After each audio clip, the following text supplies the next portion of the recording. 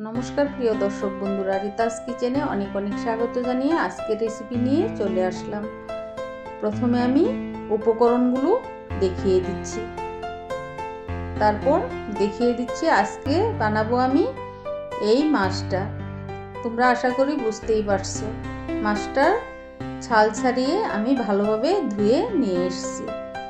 এবার নুন হলুদ মাখিয়ে রেখে দেব 10 মিনিট রেস্টে। এবার একটি কড়াই বসিয়ে সাদা তেল দিয়ে দিচ্ছি 2 টেবিল স্পুন। তেলটা গরম হয়ে আসছে, এবার একে একে মাছগুলো দিয়ে আমি এপিটুপিট করে লাল লাল করে ভেজে নামিয়ে নিচ্ছি। বন্ধুরা ভিডিওটি শুরু থেকে শেষ অবধি দেখার জন্য অনুরোধ জানালাম।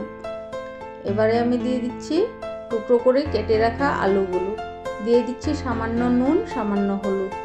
এবার ভালোভাবে নেড়ে চেড়ে লাল লাল করে ভেজে নামিয়ে নিচ্ছি। আলুগুলো প্রায় 80% সেদ্ধ হয়ে গেছে। এবার কড়াইতে তেল ছিল, তার সাথে আরও 1 টেবিল স্পুন তেল দিয়ে ফোড়ন দেব গোটা জিরে, দিয়ে দিচ্ছি গোটা গরম মশলা, সাথে পেঁয়াজ কুচি।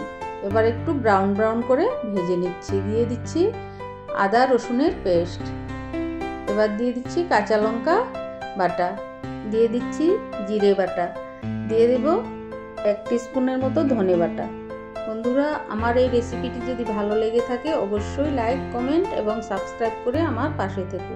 দিয়ে দিচ্ছি শুকনো লঙ্কার গুঁড়ো 1/2 টিস্পুন, দিয়ে দিচ্ছি একটি টমেটো টুকরো করে। এবার দিয়ে দিচ্ছি হলুদ গুঁড়ো 1 টিস্পুন। এবার আগের থেকে ভেজে রাখা আলুগুলো দিয়ে একটু কষিয়ে নিয়ে আগের থেকে বেটে রাখা পেঁয়াজটা দিয়ে দিলাম। এখানে একটি পেঁয়াজ আমি বেটে দিয়েছি। বাটি ধোয়া জলটাও দিয়ে দিচ্ছি। দিয়েছি স্বাদ মতো নুন। এবার ভালোভাবে কষে আসলে দিয়ে দিচ্ছি পরিমাণ মতো জল। এবারে ঝোলটাকে 8 থেকে 10 মিনিটের মতো ফুটিয়ে নেব। দেখতেই পাচ্ছেন ঝোলটা টকবক করে ফুটে উঠেছে। এবার আমি আগের থেকে ভেজে রাখা মাছগুলো দিয়ে দিচ্ছি। বন্ধুরা এই ধরনের রেসিপি একবার ট্রাই করে দেখবেন। মাংস রেখে এই রেসিপিটি আপনারা ট্রাই করতে বাধ্য হবেন। নামানোর আগে বেটে রাখা গরম মশলা দিয়ে গরম গরম সার্ভ করে নিলাম। ধন্যবাদ।